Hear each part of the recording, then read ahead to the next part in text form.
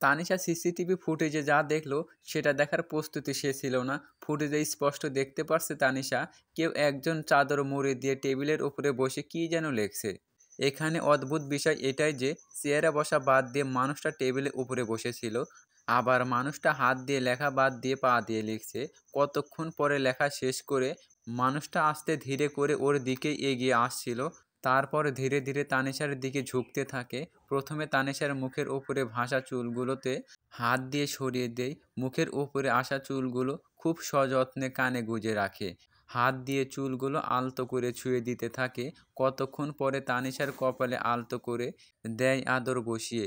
তারপর চোখে মুখে থুতনিতে গালে আদর ঝরাতে থাকে। এভাবেই কতক্ষণ পরে মানুষটা কোথায় গেল, কী করলো না করলো সেটা ক্যামেরায় স্পষ্ট। তবে চিরকুটটা এগিয়ে ধরলো তানিশা নিজের চোখের সামনে। চিরকুটটায় দেখাছিল, তানিশা তোর কিন্তু খবর আছে।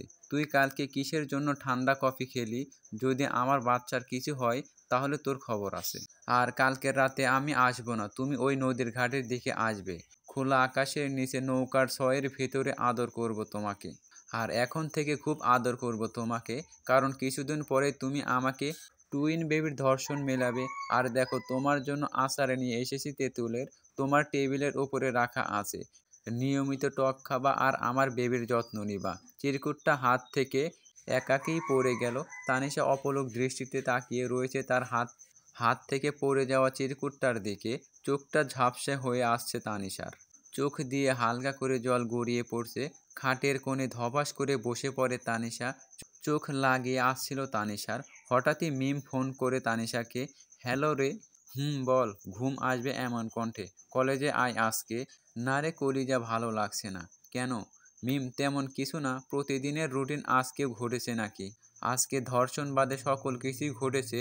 আজকে কিন্তু কলেজে আসিস তুই, জরুরি কথা আছে তোর সাথে। ওকে। আন্টি কোথায় যাবে তুমি এখন? খাবার টেবিলে রাইসা তানিশাকে উদ্দেশ্য করে কথাটা ছুড়ে দিল, কলেজে যাব মামনি, আমিও তো স্কুলে যাব, আমাকে সাথে করে নিয়ে যাবে না? তানিশা ভাবছে একাকী যাওয়ার চেয়ে রাইসাকে সাথে করে নিয়ে যায়, যাতে সারা পথ এনজয় করতে পারি। ওর পাকামো কথাগুলো শুনলে যে কারো মন ভালো হয়ে যাবে। আবার সেই দিনকার রাইসার শেষ না করা কথাটা জানা যাবে। কি আন্টি নেবে না আমাকে? তানিশা কল্পনার জগৎ ত্যাগ করে। কেন নেব না আমার বুড়িকে সাথে? তাহলে একসাথে যাব কেমন? ওকে পাগলি বুড়ি। রাইসা আর তানিশা পাশাপাশি বসে আছে। তানিশা, পাগলি বুড়ি? জি আন্টি। গতকাল তুমি আমাকে কি বলতে চেয়েছিলে সোনা? কখন আন্টি? ওই যে গতকাল যখন গাড়ি করে আমরা ঘুরতে যাচ্ছিলাম, তখন তুমি আমাকে কী সব যেন বলছিলে। হঠাৎ তোমার আম্মু তোমাকে আমার থেকে নিয়ে নেয়, ওই কথাটা এখন বলো তো। মনে নেই তো আন্টি? ওকে ঠিক আছে। তারপর তানিশা রাইসাকে স্কুলে নামিয়ে দিয়ে কলেজে চলে যায়। আর এদিকে তানিশার ভাবি তানিশার ঘর গোছাতে ব্যস্ত হয়ে ওঠে। হঠাৎ বিছানার নিচে একটা জিনিসে চোখ আটকে গেল তানিশার ভাবির। আসলে জিনিসটা ছিল তানিশার টুইন বেবির রিপোর্ট। রিপোর্টটা হাতে জড়িয়ে নিয়ে তানিশার ভাবি তানিশার ভাইয়ের সামনে দাঁড়িয়ে আছে। কি হয়েছে, কিছু বলবে? তানিশার ভাইয়া, না মানে কি হয়েছে বলো। কিছু খারাপ ভাববে না তো আবার? আরে পাগলি বলো, যদি উল্টাপাল্টা কিছু করে বসো। বলবে নাকি বলবে না? কড়া কণ্ঠে বলল। তখন তানিশার ভাবি তানিশার ভাইয়ের দিকে এগিয়ে দেয় রিপোর্টটা। রিপোর্টটা দেখে তানিশার ভাইয়া বসা থেকে দাঁড়িয়ে গেল। এখনই এইসবের কি দরকার ছিল? তানিশার ভাবি, জানি না তো, কিছুদিন পরে হলে কি এমন হতো? কি আর করা যাবে, ওর তো কপালটাই খারাপ। কেনই বা সেদিন বাড়ি থেকে ওরা বের হবে? আর কেনই বা? কথাটা শেষ না করে কান্না করতে করতে তানিশার ভাইয়া বাড়ি থেকে বেরিয়ে যায়।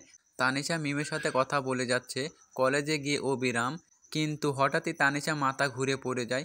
তখন মিম নিজে এসে তানিশাকে বাসায় দিয়ে যায়। তানিশা ভাবছে বাচ্চাগুলো নষ্ট করে ফেলবে, নয়তো সে নিজে আত্মহত্যা করবে। তার আর এইসব ভালো লাগছে না। আজকে কেন জানি এইসব ভাবছে তানিশা। কেমন জানি পাগল হয়ে যাচ্ছে তানিশা। নিজে কেমন জানি অবুঝ অবুঝ হয়ে উঠেছে। রাতে তানিশা ভাবছে, আমি কি যাব আজকে রাতে ঘাটে? একবার ভাবছে যাব, আবার ভাবছে যাব না, কিন্তু সঠিকভাবে সিদ্ধান্ত নিতে পারছে না। এইসব ভাবতে ভাবতে তানিশার ঘুমের দেশে হারিয়ে যায়। গভীর রাতে তানিশার ঘুম ভেঙে যায়। ঘুম ভেঙে যাওয়ার পরে তানিশা ওর ফোনের দিকে দৃষ্টি করে। দেখলে ওর ফোনে একটা এসএমএস এসেছে। এসএমএসটা ছিল এরকম, আমি কিন্তু বসে আছি ঘাটে তোমার অপেক্ষায়।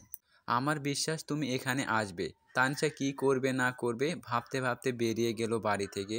আজও রাস্তায় শূন্যতায় পরিপূর্ণ। তানিশা আস্তে আস্তে করে রাস্তার এক পাশ দিয়ে হাঁটতে থাকে ঘাটের উদ্দেশ্য করে।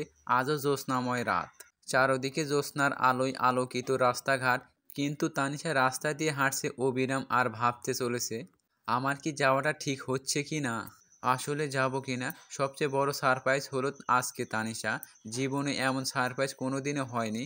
বালুকণার উপর দিয়ে জ্বলন্ত মোমবাতি দিয়ে সাজকরণ করা হয়েছে। মোমবাতিগুলো দিয়ে অনেক সুন্দর করে লেখা হয়েছে হ্যাপি বার্থডে তানিশা। এতটা সৌন্দর্য তুলে ধরা সম্ভব না। আলোকিত সজ্জায় সজ্জিত করা হয়েছে।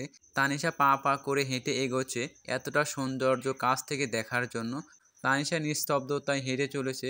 ওর চোখে ও নিজেই বিশ্বাস করতে পারছে না এতটা সৌন্দর্য উপভোগ করতে পারছে। ভাবনার জগতের মধ্যেও যেতে পারছে না তানিশা। এতক্ষণে তানিশা মোমবাতি দিয়ে সাজানো সারপ্রাইজ এর স্থানে পৌঁছে গেল। সেখানে গিয়ে অপলক দৃষ্টিতে তাকিয়ে রয়েছে তানিশা। হাত দিয়ে স্পর্শ করতে ইচ্ছে করছে তানিশার মোমবাতিগুলো। জ্বলন্ত মোমবাতির আগুন কেমন হাত দিয়ে দেখতে ইচ্ছে করছে মোমবাতি যেমন করে জ্বলছে তেমন করে জ্বালিয়ে দেই নিজেকে। কতই না আনন্দ পাচ্ছে মোমবাতিগুলো পুড়ে। আমি হয়তো পুড়লে এমন মজা পাবো। কত সুন্দরই না দেখাচ্ছে মোমবাতিগুলো রে। হয়তো আমাকেও দেখাবে এমন সুন্দর, হয়তো তার চেয়েও বেশি সুন্দর, না হয় তার চেয়ে বেশি অসুন্দর। হঠাৎই বাস্তবতার বাতাস তানিশাকে উড়িয়ে নিয়ে গিয়ে বাস্তবতা কি সেটা সামনে তুলে ধরে।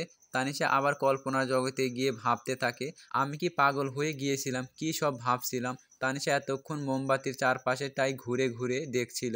হঠাৎই একটা বক্সের দিকে নজর টানে। তানিশা বক্সটা হাতে তুলে নিয়ে দেখলো বক্সের মধ্যে একটা চিরকুটটায় লেখা ছিল, কি জান কেমন সারপ্রাইজ দিলাম, এখন সামনের দিকে এগোতে থাকো। সামনে দেখো একটা ঘর রয়েছে, এগোতে থাকো ঘরটার দিকে। তানিশা চিরকুটটা ফেলে দিয়ে আগাতে থাকে সামনের দিকে। কিছুটা ভয় কাজ করছে তানিশার ভিতরে। আগাতে ইচ্ছে করছে না মাঝপথে, কিন্তু কিছুটা সাহস কোথায় থেকে যেন পেয়ে গেল তানিশা। আগাতে থাকে সামনের দিকটায়। তানিশা ঘরটার সামনে গিয়ে আবারও হতভম্ব। ঘরটা কেমন জানি অদ্ভুত, মনে হচ্ছে রূপার প্রলেপ দিয়ে সাজানো। সমস্ত ঘরটা যেন রূপার প্রলেপ দিয়ে বিস্তৃত। ঘরটা আলোকসজ্জায় আলোক বাতি দিয়ে সাজানো। ঘরটার চারপাশে যেন বিস্মিত সুন্দর ফুটে আসতেছে। ঘরটার গেটের একটা চিরকুট লাগানো। চিরকুটটায় লেখা ছিল, আমি জানতাম আমার কলিজা এখানে আসবে। চিরকুটটা গেটের দেয়াল থেকে তুলে নাও, এর নিচে একটা চাবি দেখতে পাবে। তানিশা চিরকুটটা দেয়াল থেকে তুলে নিয়ে দেখলো একটা চাবি, কিন্তু চাবিটাও কেন জানি রূপার প্রলেপ দেওয়া। চাবির সাথে আবার চিরকুট, তাতে আবার লেখা, চাবিটা নিয়ে গেটের তালাটা খুলে ভেতরে প্রবেশ করো। তারপর তানিশা আস্তে ধীরে করে করে তালাটা খুলে নিল। কিন্তু অদ্ভুত বিষয় এটাই যে গেটের তালাটাও রূপার প্রলেপ দেওয়া। গেট খুলে তানিশা আস্তে ধীরে পায়ে এগিয়ে চলেছে ভিতরে। কিছু দূর যেতেই তানিশা লক্ষ্য করলো দরজায় একটা চিরকুট লেখা। এই চিরকুটটায় লেখা, দেখো ডান দিকে একটা টিউবওয়েল আছে, ওখানে যাও। ওইখানে গিয়ে তানিশা দেখলো টিউবওয়েলের হাতার সাথে ছোট্ট করে আবার চিরকুট, তাতে লেখা, আগে অজু করবে তারপর রুমের মধ্যে যাবে। তানিশা তারপর অজু করে ঘরের ভেতরে প্রবেশ করলো। ভেতরে গিয়ে সামনে তাকাতেই আবার দেখতে পেল একটা বড় চিরকুট, তাতে লেখা, দেখো ডান দিকটায় একটা বোরকা রয়েছে। তানিশা এবার বোরকার কাছে গিয়ে আবার চিরকুট পেল, তুমি আজকে এশার নামাজ পড়ো নাই, যাও গিয়ে এশার নামাজটা আদায় করে নাও। আর জায়নামাজ বিছিয়ে রাখা আছে পশ্চিম দিকটায়। তানিশা তারপর বোরকা পরে জায়নামাজে গিয়ে এশার 11 রাকাত নামাজ আদায় করে নেয়। তানিশা নামাজ শেষ করে জায়নামাজ তুলতে গিয়েও দেখলো জায়নামাজের নিচে একটা চিরকুট, তাতে আবার লেখা, এবার বারান্দার দিকে একটু এগিয়ে দেখো একটা বক্স, ওইটা খোলো। তানিশা তারপর বক্সটা খুলে দেখলো সেটাই একটা বার্থডের কেক। তার ওপরে সুন্দর করে লেখা, হ্যাপি বার্থডে টুইন বেবির আম্মু। কেকের পাশে আবার ছোট্ট কাগজে কিছু একটা লেখা। এবার দেখো কেকের পাশে ছুরি রয়েছে, ওইটা হাতে নিয়ে কেকটা কেটে নাও। তানিশা এবার ছুরিটা হাতে তুলে নিয়ে কিছুটা ভয় করছে, কারণ ছুরিটা খুব ধারালো, আবার ছুরিটা সম্পূর্ণ রূপার। কিছুটা ভয় নিয়ে কেকটা কেটে ফেললো তানিশা। আর সাথে সাথে ঘরের কোণের দিকটায় থেকে একটা কথা ভেসে আসে, হ্যাপি বার্থডে টুইন বেবির আম্মু। তানিশা কেকটা কেটে হালকা করে হাতে নিয়ে আগাতে থাকে ঘরের কোণের দিকটায়, কিন্তু সেখানে কেউ ছিল না। তানিশা তখন ভাবছে, তাহলে কথাটা কোথা থেকে আসলো। পরে খেয়াল করলো পাশে একটা সাউন্ড বক্স থেকে কথাটা ভেসে আসছিল। তানিশা তখন সাউন্ড বক্সের দিকে এগোতে থাকে, আর সেখানে গিয়ে দেখে সাউন্ড বক্সের সাথে আবার একটা চিরকুট, এটাই আবার লেখা, এবার বোরকাটা খুলে নাইটি পরে নাও। আর শোনো, বাথরুমে গিয়ে চেঞ্জ করবে না কিন্তু, আমি সব কিছু দেখে নেব। আর দেখলেই বা কি, আমরা তো আপনজন। তাই তুমি রুমেই নাইটি পরে নাও, বাথরুমে যেতে হবে না। আর দেখো, বিছানার ওপরে নাইটি রাখা আছে। তানিশা চিরকুটটা ফেলে রেখে হাঁটা দেয় বিছানার দিকে। তানিশা বিছানার পাশে গিয়ে আবার অবাক। খুশির কারণ নাইট ড্রেসটা ছিল ওর পছন্দের রঙের। তানিশার প্রিয় রং কালো। কালো রঙের নাইট ড্রেস, ভাবতেই পারছেন তো একবার কেমন নাইট ড্রেসটা। আরও অবাক হয় কারণ পালকটা ছিল রূপার। খুব বেশি সুন্দর পালকটা। পালকের ওপরে কালো চাদর বিছানো, কালো বালিশের কভার। মোট কথায় বিছানাটা কালো রঙের বিস্তৃত। তানিশা নাইট ড্রেসটা হাতে তুলে নিয়ে ভাবতে লাগলো, কি করবে এখন। ঘরে চেঞ্জ করে নেবে নাকি বাথরুমে যাবে। কিছুটা সময় সিদ্ধান্ত নিতে আগাতে থাকে বাথরুমের দিকে। তানিশার কি যেন হয়েছে, কিসের জন্যই বা একটা এসএমএসের এই কবলে পড়ে এখানে আসতে হবে আর এই সব করতে হবে। তবে তানিশা আজকে খুব বেশি খুশি, কারণ সবচেয়ে বড় সারপ্রাইজ হয়েছে সে তার ভালোবাসার কেউ না হলেও, ধর্ষক হলেও কেন জানি তানিশার আজকে খুব বেশি ভালো লাগা কাজ করতেছে ওর ওপর। অত্যন্ত মৃদু হাসি, চুরির আওয়াজ, পায়ে হাঁটার স্টাইল বিরাজ করছে তানিশার মাঝে। তানিশা বাথরুমে ঢুকে গেল সহিংসভাবে। তার কেন জানি খুব বেশি ভালো লাগা বিরাজ করছে। সেখানে গিয়ে আবার আরেকটা চিরকুট পেয়ে যায়। সেখানে লেখা, আমি জানতাম তুমি এখানে আসবে, কারণ তোমার মাঝে ভয় ছিল যদি আমি তোমার ড্রেসটা চেঞ্জ করা দেখে ফেলে দেই। যাই হোক, এখন তুমি বিছানায় উঠে যাবে ঘুমাতে। আর ঘুমাতে যাওয়ার আগে বালিশের নিচে তোমার জন্য একটা উপহার আছে, ওইটা দেখে নিবে। তানিশা চেঞ্জ করে বিছানায় উঠে গেল আর বালিশের নিচে হাত দিয়ে উপহারটা বের করে নিল।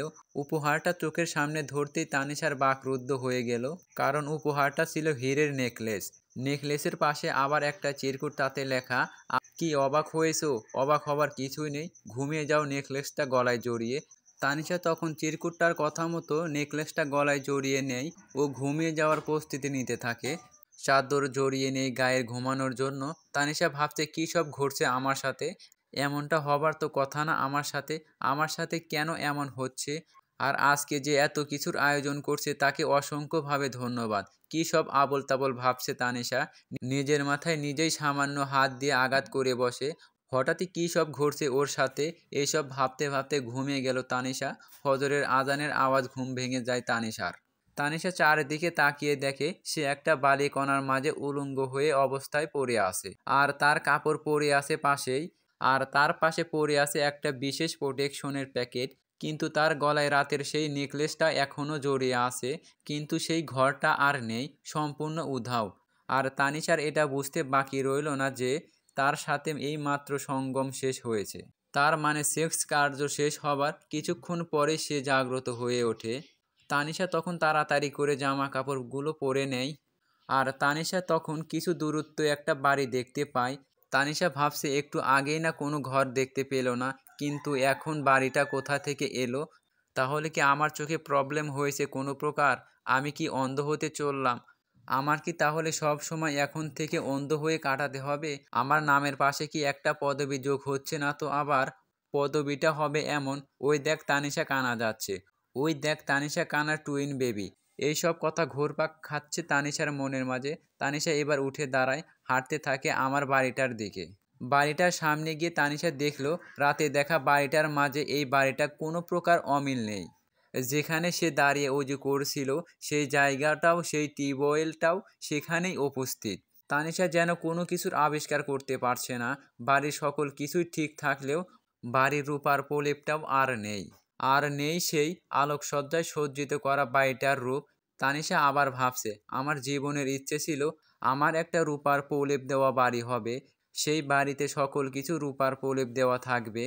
আর এমনটাও হতে পারে, সেটা হচ্ছে কেউ খুব বেশি কষ্ট থেকে আবেগ খুশি হয়ে চোখটা পানিতে ঝাপসা হয়ে উঠলেই তার মনের মাঝে সব সময় থাকা স্বপ্ন চোখে ধরা পড়ে।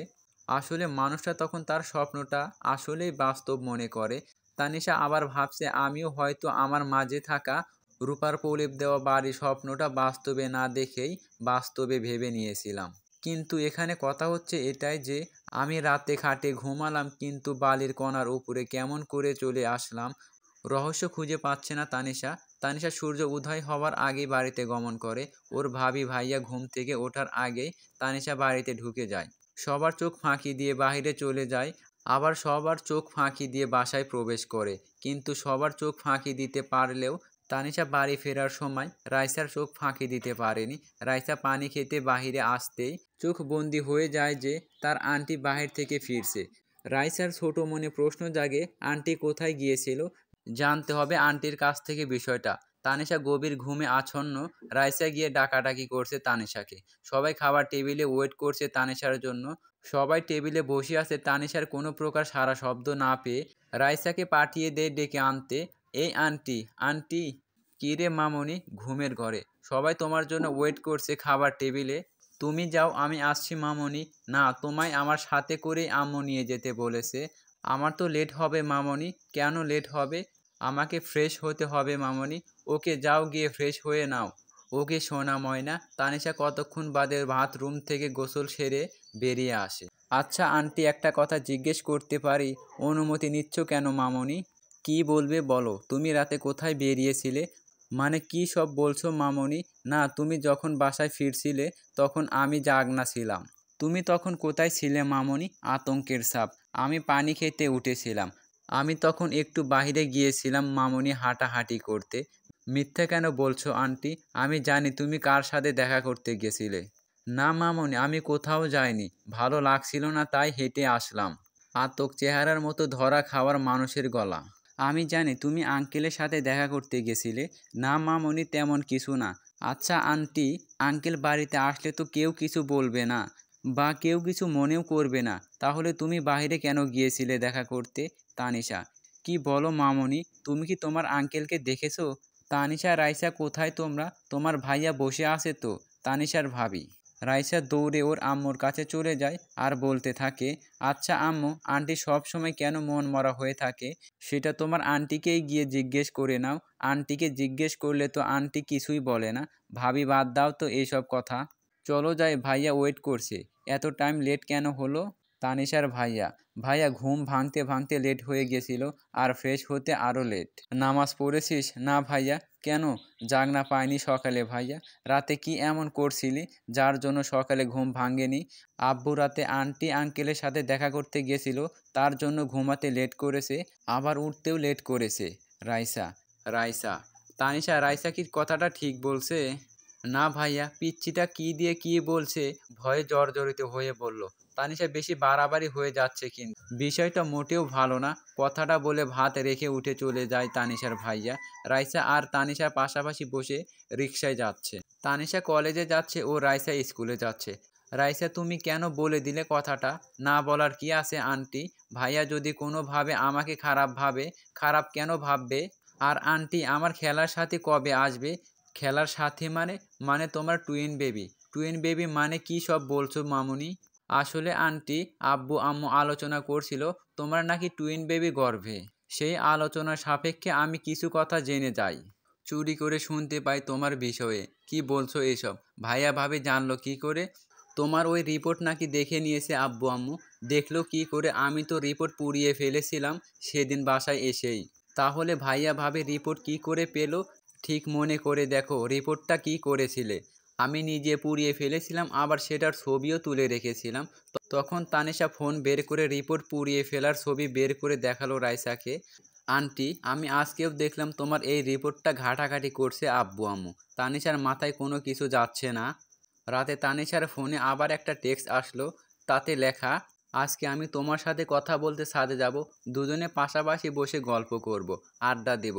আসবে কিন্তু রাতে ছাদে। তানিশার কেন জানি খুব টান অনুভব জাগ্রত হয়েছে মানুষটার ওপর।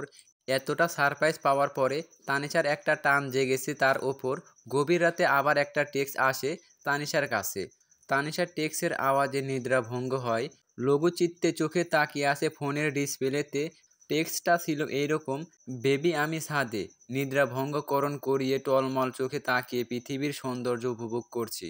রাতের আকাশটা খুব বেশি সুন্দর। বসে আছি তোমারই অপেক্ষায়।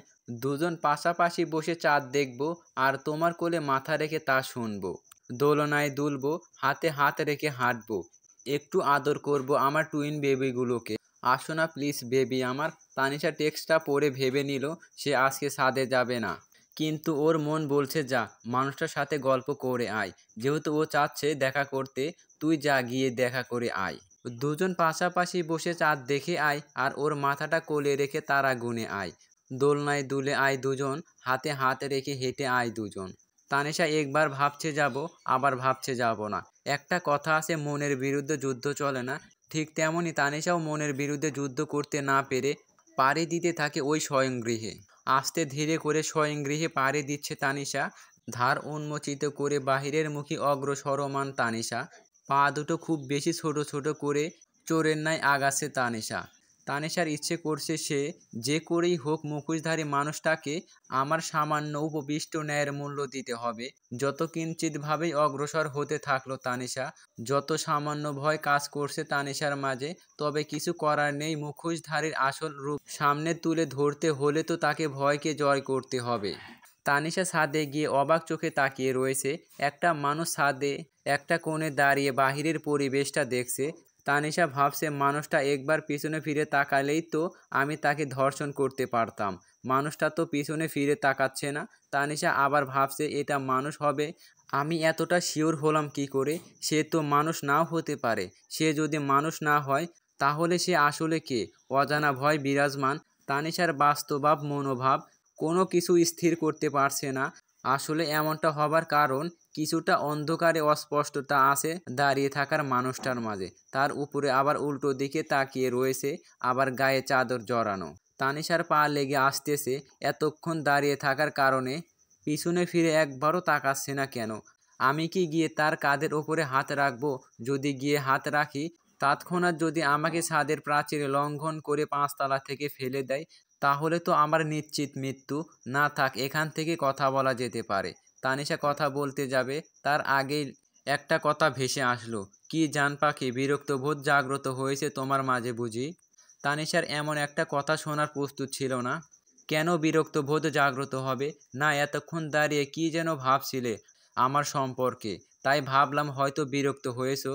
না, তেমন কিছু না। কিন্তু আপনি জানেন কি করে যে আমি আপনার কথাই ভাবছিলাম? সাধারণ লজিক। আমি এখানে তোমাকে ডেকেছি, আমি আবার এখানে দাঁড়িয়ে আছি, কিন্তু কোনো প্রকার কথা বলছি না। তাই এখানে আমাকে না ভাবার তো কোনো কারণই নেই। সেটা অবশ্য ঠিক বলেছেন। আমার একটা প্রশ্ন ছিল, একটা কেন, হাজারটা করো, প্রবলেম নেই তো। আর তুমি দূরত্ব বজায় রেখে কেন দাঁড়িয়ে আসো? কাছে কেন আসছো না? কাছে আসো প্লিজ কলিজা। না, আমি আপনার কাছে যাব না, কারণ আমার ভয় করে আপনাকে। ভয় করার তো কিছুই দেখতেছি না আমি। আপনি না দেখিতে পারলেও আমি ঠিকই ভয় পাবার কারণ দেখছি। বিষয়টা আমার কাছে কেমন জানি লাগছে। কেমন লাগছে? আর কি কারণ? কারণ যেটাই হোক আপনি বলুন আগে, আপনি কে? কেন আমাকে এখানে ডেকে নিয়ে এসেছেন? কেন আমার সাথে এমনটা করছেন আপনি? আমি তোমার হাজবেন্ড, আর এখানে ডেকে নিয়ে এসেছি আমার জানের সাথে দেখা করব বলে। কে আপনার জান? তুমি। কি করে হলাম? এইসব এখন বাদ দাও প্লিজ। কেন বাদ দিব? আমি বলছি তাই, হুঙ্কার দেবার সুরে। ওকে। আতঙ্ক সৃষ্টি হলো তানিশার মাঝে কিছুটা। আচ্ছা তানিশা, তোমার মনে আছে আমাদের প্রথম কবে দেখা হয়েছে? না তো। আমাদের প্রথম দেখা হয় রাস্তায়, আমি গাড়ি নিয়ে আর তুমি হেঁটে। মনে পড়ছে না তোমার? রাস্তার মাঝ দিয়ে সেদিনের সেই প্রথম দেখার কাহিনী। তানিশা মাঝ রাস্তায় দিয়ে হাঁটছে, কানে হেডফোন লাগিয়ে। চারপাশে কি হচ্ছে, কোথায় দিয়ে হাঁটছে, এই সবের খেয়াল নেই তানিশার। তানিশা রাস্তায় মাঝ দিয়ে হাঁটায়, গাড়ি চলমান প্রায় বন্ধ হয়ে আসছে। তানিশার পিছন থেকে হর্ন বাজাচ্ছে, কিন্তু তানিশা বুঝতেই পারছে না। হঠাৎ একজন গাড়ি ব্রেক করে তানিশার সামনে চলে আসলো। এই যে, আপনি কি কালা বা কানা? কানে কি শুনতে পান না? চোখেও কি দেখতে পান না? মাঝ রাস্তায় দিয়ে হাঁটছেন কেন? চারদিকে তাকিয়ে দেখেন তো আপনার জন্য কত জ্যাম বেঁধে গেছে। তানিশা তখন ছেলেটার কলার ধরে বলল, ওই আপনার কি দেখে মনে হলো যে আমি কানা বা কালা? ছেলেটা বলল, এত হর্ন দিচ্ছি কানে যায় না? মাঝ রাস্তায় বারবার হাঁটছেন, আর দেখেন তো আপনার জন্য কতটা পরিমাণ জ্যাম বেঁধে গেছে। হাবলু মিয়া। তানিশা চারদিকে তাকিয়ে দেখলো আসলেই প্রচুর জ্যাম বেঁধে গেছে। সাধারণ এখানে কোনো প্রকার জ্যাম বাঁধে না, কিন্তু আজকে জ্যাম বেঁধে গেছে। তানিশার কিছুটা লজ্জায় লজ্জিত মুখ হলো, কিন্তু ছেলেটাকে বুঝতে দিল না। ছেলেটার শার্টের কলার ছেড়ে দিল তানিশা। সব কিছু স্বাভাবিক মনে করে ছেলেটাকে তানিশা বলল, জ্যাম বেঁধে গেছে তো আমি কি করব? আমি কি রাস্তা দিয়ে যেতে পারবো না? সবারই অধিকার আছে রাস্তা দিয়ে চলাচল করার, তাই আমিও চলাচল করব। তাতে জ্যাম বেঁধে গেলে এখানে আমার তো কিছু করার নেই, ছেলেটা বলল। তাই বলে মাঝ রাস্তায় দিয়ে হাঁটবেন? সবারই রাস্তা দিয়ে চলাচল করার অনুমতি আছে, কিন্তু মাঝ রাস্তায় দিয়ে এভাবে ঠান্ডা নাচ দেওয়ার অনুমতি নেই। দুষ্টু হাসি দিয়ে বলল। তানিশা রেগে গড় করে বলল, কি আমি ঠান্ডা নাচ দিচ্ছিলাম? ছেলেটা বলল, রাস্তার মানুষজন করা বিনোদন পাচ্ছিল আপনার এই ঠান্ডা নাচ দেখে। মুচকি হাসি দেখে স্পষ্ট, আপনি কিন্তু যা ইচ্ছে তাই বলছেন। আমি কিন্তু পুলিশকে নালিশ করব আপনার নামে। নালিশ তো এখন পুলিশে আমি করব, কারণ আপনি মাঝ রাস্তায় দিয়ে ঠান্ডা নাচ দিচ্ছিলেন, যার ফলে রাস্তায় জ্যাম বেঁধে গেছে। তানিশা কিছুটা ভয় পেয়ে গেল, কারণ ভুলটা তো তারই, কারণ ওর জন্যই তো এতটা জ্যাম বেঁধে গেল। তানিশা নিজের মাথায় হাতের আঙ্গুল দিয়ে টোকা দিল। তানিশা ভাবল, এখান থেকে মানে কেটে পড়া 1000 গুণ ভালো হবে, পরে দেখে নেওয়া যাবে রাক্ষসকে। আচ্ছা ভাইয়া, সরি। আসলে কি জানেন, আমি আসলে বুঝতে পারিনি যে আমি মাঝ রাস্তায় দিয়ে হাঁটছি, ন্যাকামি করে বলল।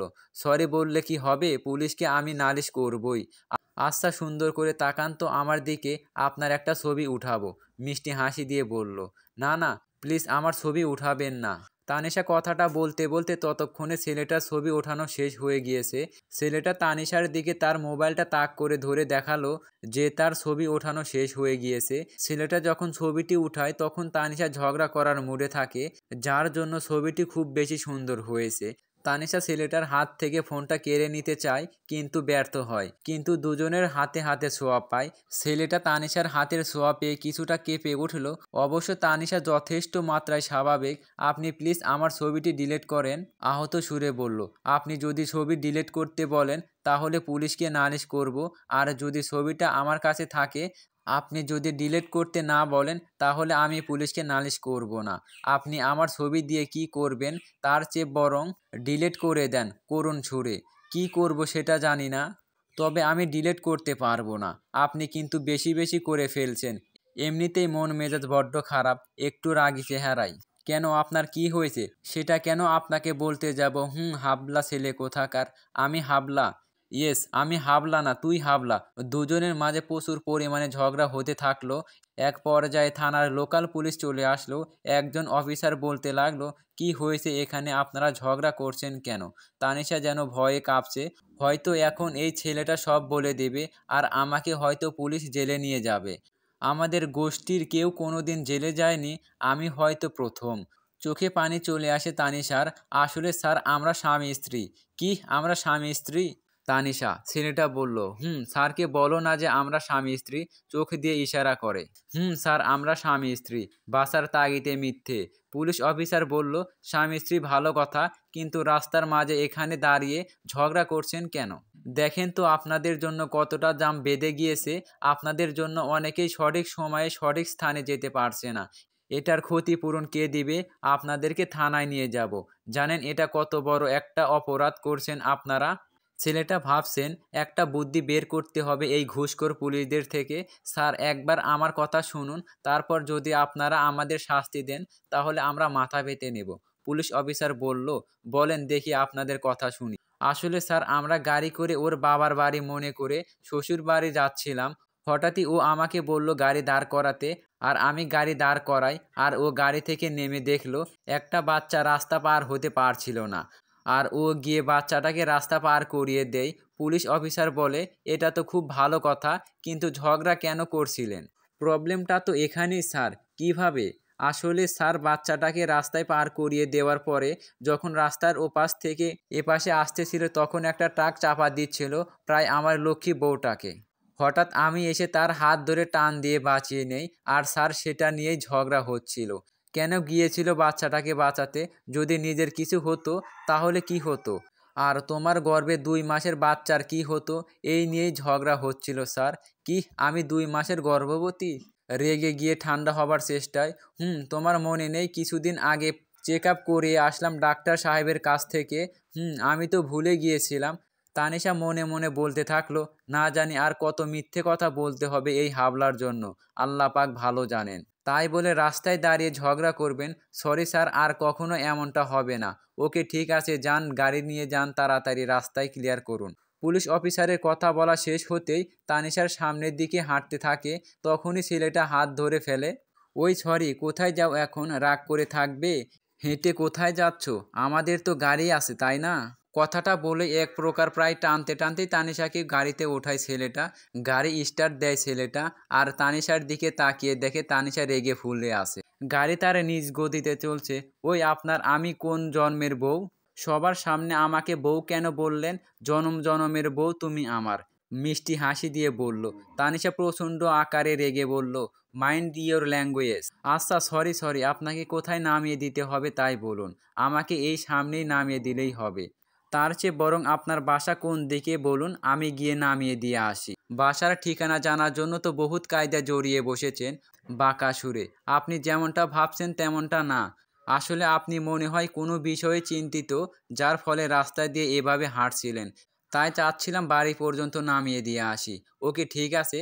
তারপর তানিশা তাদের বাসায় ঠিকানা দেয় এবং ছেলেটা গিয়ে তাদের বাসায় সামনে নামিয়ে দিয়ে আসে। ছেলেটার গাড়ি থেকে তানিশা নেমে যাওয়ার পরে একবারের জন্যেও বাই বলল না, না একবার থ্যাঙ্কস দিল। এটা হলো প্রথম দিনের কাহিনী। কাহিনীটা এতক্ষণ উপস্থাপন করলো বাহির্মুখ হয়ে দাঁড়িয়ে থাকা মানুষটা। আর তানিশা কথাগুলো বিভোরে শুনছিল। কি হলো জান, মনে পড়ছে কথাগুলো? না, কথাটা শেষ করতেই তানিশা নিচের দিকে দিয়ে দেখলো আসলে সে যার সাথে এতক্ষণ কথা বলছে, এতটা গল্প শুনছে, সে আসলে মানুষ না। কারণ মানুষের পা মাটিতে থাকে, কিন্তু এর পা মাটি থেকে উপরে। তানিশা ভয়ে কাঁপতে থাকে। পিছনে ফিরে আবার সামনে তাকাতেই তানিশা দেখতে পেল সে এতক্ষণ যার সাথে কথা বলছিল এই মুহূর্তে সেটা উধাও। চলবে, লাইক আর কমেন্টের মাধ্যমে জানিয়ে যাবেন। ধন্যবাদ সবাইকে, ভালো থাকবেন, সুস্থ থাকবেন।